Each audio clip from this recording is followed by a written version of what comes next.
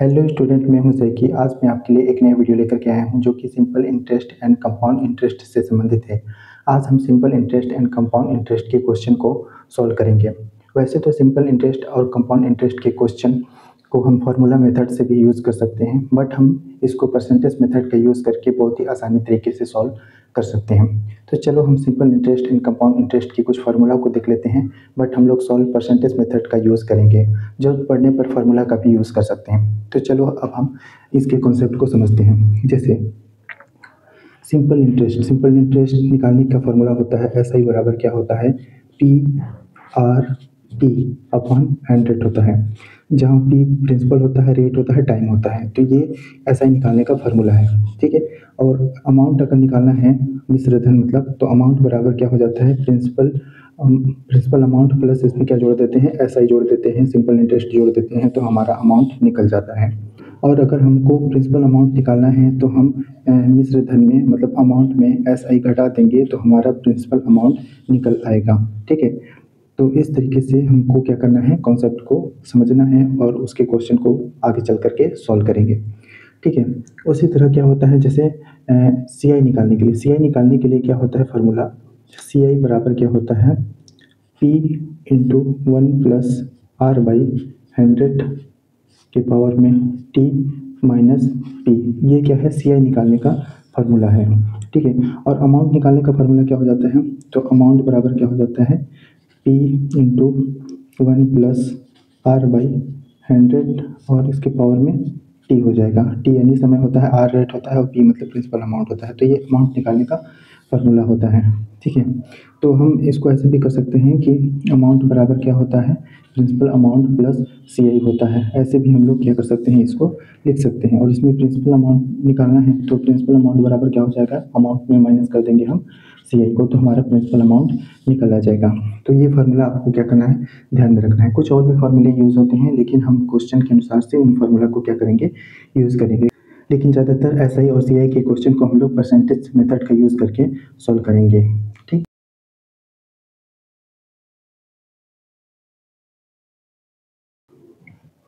एक बात ध्यान रखिएगा, सी आई और एस आई में क्या होता है कि पहले वर्ष का जो ब्याज होता है, इंटरेस्ट होता है, वो कैसा होता है, दोनों बराबर होते हैं। फिर दूसरे वर्ष का ब्याज क्या हो जाता है, चेंज हो जाता है, ठीक है। तो अब हम देखते हैं कि इंटरेस्ट कैसे निकालते हैं सी आई में। तो उसके लिए एक ट्रिक है, उसको आप याद रखिएगा सी आई के लिए, कि मान लो अगर आपको 2 वर्ष का निकालना है, कितने वर्ष का निकालना है, 2 वर्ष का निकालना है, तो उनका रेशियो कितना होता है, 2:1 होता है। और इसी तरह अगर 3 वर्ष के लिए इंटरेस्ट निकालना है तो उनका रेशियो क्या हो जाएगा, 3 हो जाएगा, ठीक है। और 2 1 कितना हो जाएगा, 3 हो जाएगा, और ये कितना हो जाएगा, 1 हो जाएगा। 4 वर्ष के लिए निकालना है तो क्या हो जाएगा, 4 वर्ष के लिए हो जाएगा 4 हो जाएगा, ठीक है। 3 3 कितना हो जाएगा, 6 हो जाएगा, और 3 1 कितना हो जाएगा, 4 हो जाएगा, और 1 1 हो जाएगा। उसी तरह 5 वर्ष के लिए निकालना है, 5 वर्ष के लिए, तो 5 वर्ष के लिए क्या हो जाएगा, 5 लिखेंगे यहाँ पर, ठीक है। और 6 4 कितना हो जाएगा, 10 हो जाएगा। फिर 6 4 कितना हो जाएगा, 10 हो जाएगा। फिर 4 कितना हो जाएगा, 5 हो जाएगा। फिर 1 का कितना हो जाएगा, 1 हो जाएगा। 6 वर्ष के लिए निकालेंगे, 6 वर्ष के लिए निकालेंगे तो रेशियो क्या मिलेगा, 6, ठीक है। 10 5 कितना हो जाएगा, 15 हो जाएगा। और 10 10 कितना हो जाएगा, 20 हो जाएगा। और फिर 10 5 कितना हो जाएगा, 15 हो जाएगा। और 5 1 कितना हो जाएगा, 6 हो जाएगा। और फिर 1 का 1 हो जाएगा। तो ये रेशियो आपको क्या करना है, ध्यान में रखना है। इस रेशियो से भी हम लोग क्या कर सकते हैं, सी आई आराम से निकाल सकते हैं, ठीक है। तो चलो अब हम क्वेश्चन को 1 बाय 1 करके सॉल्व करते हैं।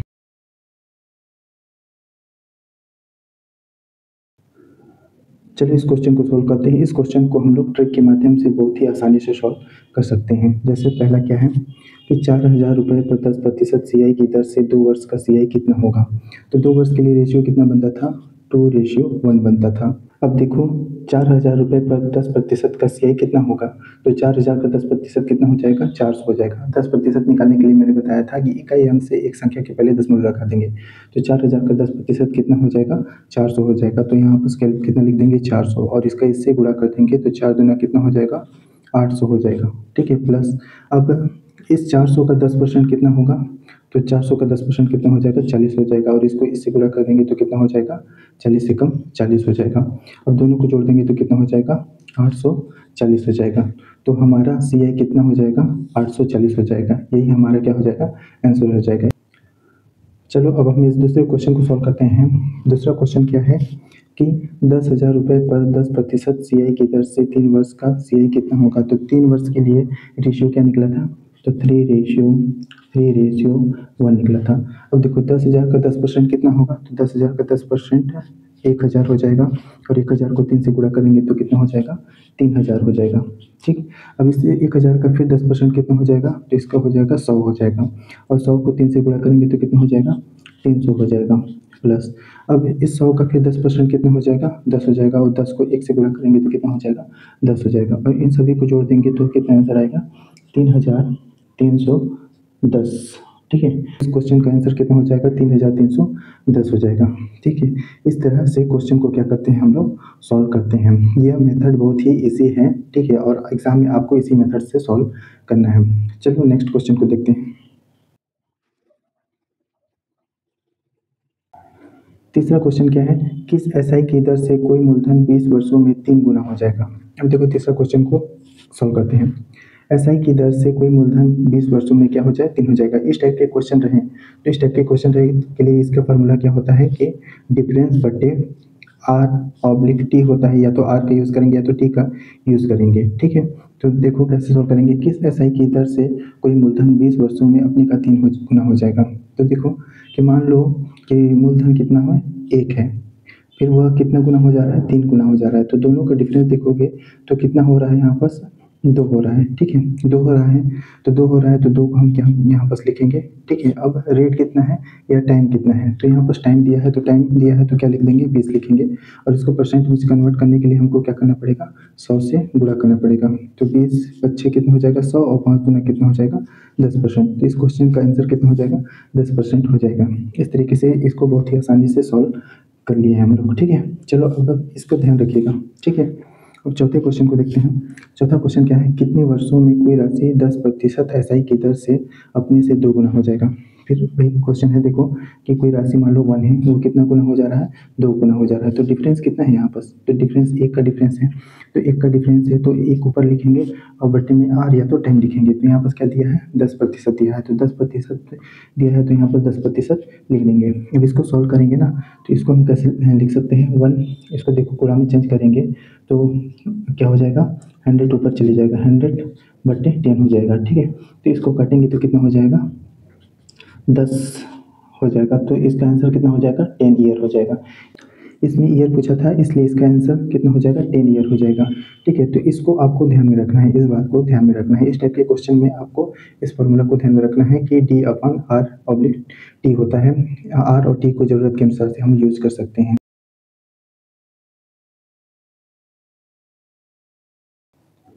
चलो CI और SI के कुछ और क्वेश्चन को हम देख लेते हैं। इन 5वें क्वेश्चन को देख लेते हैं।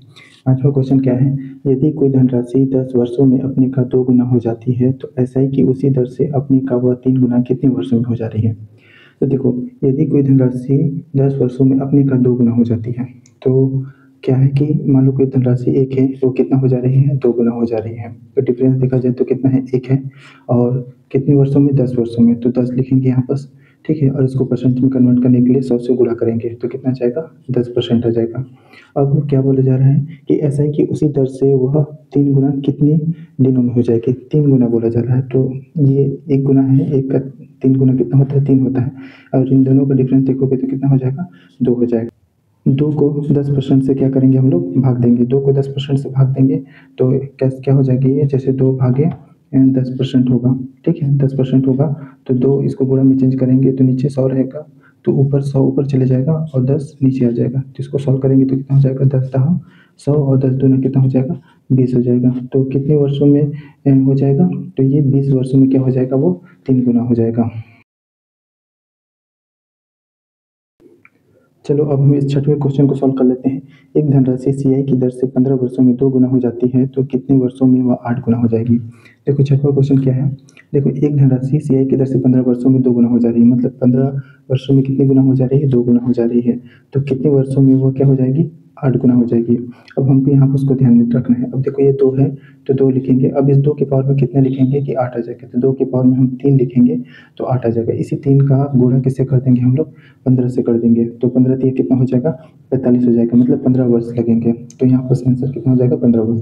तो कितना लगेंगे, 8 गुना होने में कितने वर्ष लगेंगे, 45 वर्ष लगेंगे। ठीक है, तो सीआई वाले इस टाइप के क्वेश्चन को हमको इसी तरीके से सॉल्व करना है। चलो 7वां क्वेश्चन देख लेते हैं। 7वां क्वेश्चन क्या है, कोई धनराशि सीआई की दर से 4 वर्षों में 3 गुना हो जाती है तो उसी दर से कितने वर्षों में 27 गुना हो जाती है। ये क्वेश्चन भी इसी टाइप से है। जैसे क्या बोला जा रहा है कि वह 4 वर्षों में कितना गुना हो जा रही है, 3 गुना हो जा रही है, तो कितने वर्षों में वह 27 गुना हो जाएगी। अब यहाँ पर देखो, अब यहाँ पर 3 लिखेंगे, ठीक है। अब 3 के पावर में कितना लिखेंगे कि 27 हो जाएगा। 3 के पावर में हम 3 लिखेंगे कि वो 27 हो जाएगा, तो क्या हो जाएगा, 3 का गुणा फिर किसे कर देंगे, 4 से कर देंगे, तो कितना हो जाएगा, ये 12 हो जाएगा, मतलब 12 वर्ष लगेंगे। ठीक है, तो 7वें क्वेश्चन का आंसर कितना हो जाएगा, 12 वर्ष हो जाएगा। इस तरीके से क्वेश्चन को क्या करना है, हमको सॉल्व करना है।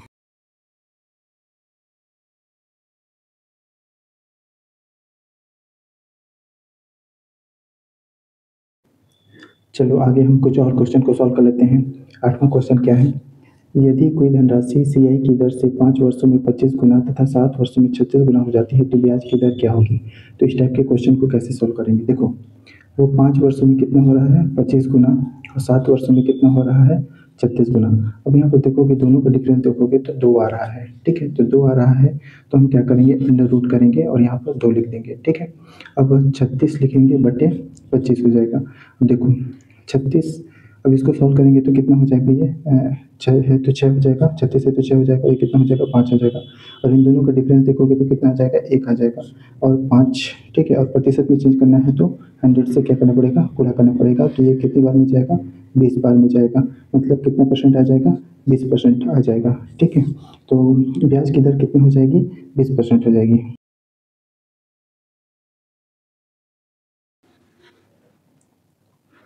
9वां क्वेश्चन क्या है, 9वां क्वेश्चन है, देखो कोई राशि सीआई की दर से 2 वर्षों में 8 गुना हो जाती है तथा 5 वर्षों में 27 गुना हो जाती है तो ब्याज की दर क्या होगी। ये क्वेश्चन भी इसी टाइप से है। जैसे क्या है कि 2 वर्षों में कितना गुना हो जा रही है, 8 गुना हो जा रही है, और 5 वर्षों में कितना गुना हो जा रही है, वो 27 गुना हो जा रही है, और दोनों का डिफरेंस देखोगे तो कितना है, 3 है। तो यहाँ पर अंडर रूट यहाँ पर 3 करेंगे और ये 27/8 हो जाएगा। देखो 27 किसका घनमूल है, तो ये है 3 का है, और ये कितना है, 2 का है, और दोनों का डिफरेंस देखोगे तो 1 है, तो 1 ऊपर रखेंगे, 2 नीचे। परसेंट में चेंज करने के लिए हम लोग 100 से क्या करेंगे, गुणा करेंगे, और इसको काटेंगे तो कितना कट जाएगा, 50 बार में, तो कितना परसेंट आ जाएगा, 50% आ जाएगा। ठीक है, तो ब्याज की दर कितना हो जाएगा, 50% हो जाएगा। 10वां क्वेश्चन क्या है, 10वां क्वेश्चन है, देखो एक राशि सीआई की दर से 2 वर्षों में 2.25 गुना हो जाती है तो ब्याज की दर क्या होगी। ये क्वेश्चन भी इसी टाइप से है, लेकिन थोड़ा सा क्या है, ये मॉडिफिकेशन किया हुआ है। तो देखो ये क्या बोल रहा है कि 2 वर्षों में कितना गुना हो जा रही है, 2.25 गुना हो जा रही है। ठीक है, 2.25 को हम लोग कैसे लिख सकते हैं, 225/100 लिख सकते हैं। ठीक है, तो ये 2 वर्षों में हो रही है, तो 2 वर्षों में हो रही है तो यहाँ पर 2 लिख देंगे। तो ये किसका वर्गमूल है, तो ये है 15 का है, और ये किसका है, ये 10 का है। दोनों का डिफरेंस देखोगे तो कितना आ जाएगा, 5 आ जाएगा। 5/10 लिखेंगे 10 में। अब परसेंटेज निकालने के लिए 100 से क्या करेंगे, गुणा करेंगे। अब देखो यहाँ से ये कटेगा कितनी बार में, 10 बार में, तो 10 बच्चे कितना हो जाएगा, 50% हो जाएगा। ठीक है, तो इस 10वें क्वेश्चन का आंसर कितना हो जाएगा, 50% हो जाएगा।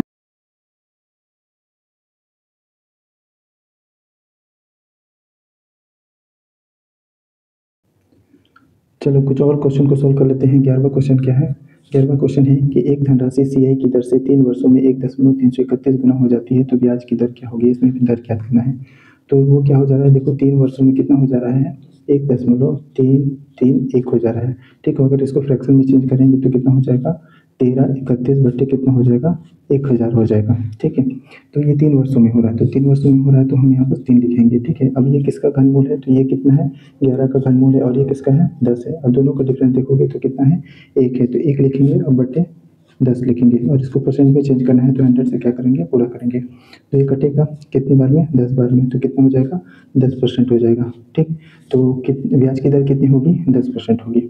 अब ये 12वां क्वेश्चन देखो, 12वां क्वेश्चन भी इसी टाइप से है। कोई राशि सीआई की दर से 2 वर्षों में 1.44 गुना हो जाती है तो ब्याज की दर क्या होगी। ये भी क्या बोला जा रहा है कि 2 वर्षों में कितनी गुना हो जा रही है, 1.44 गुना। इसको फ्रैक्शन में चेंज करेंगे तो क्या हो जाएगा, 144/100 हो जाएगा। ठीक है, 2 वर्षों में हो रही है तो इसके अंडर रूट यहाँ पर 2 लगा देंगे। ठीक है, अभी देखो ये किसका वर्गमूल है, तो ये है 12 का है। ठीक है, और ये किसका है, 10 का है। अब देखो ये दोनों में डिफरेंस कितना है, 2 है, तो 2 बट्टे कितना लिखेंगे, 10 लिखेंगे, और इसको परसेंटेज में चेंज करना है तो 100 से क्या करेंगे, गुणा करेंगे, क्योंकि इधर परसेंटेज में निकलता है तो ये कट जाएगा, तो 10 दाम कितना हो जाएगा, 100, और 10 दूना कितना हो जाएगा, 20% हो जाएगा। तो इस क्वेश्चन का आंसर कितना हो जाएगा, 20% हो जाएगा। सीआई और एसआई के क्वेश्चन को हम ट्रिक और परसेंटेज मेथड का यूज़ करके बहुत ही आसानी तरीके से सॉल्व कर सकते हैं। ये वीडियो आपको कैसे लगा, कमेंट बॉक्स में जरूर बताइएगा। Thank you.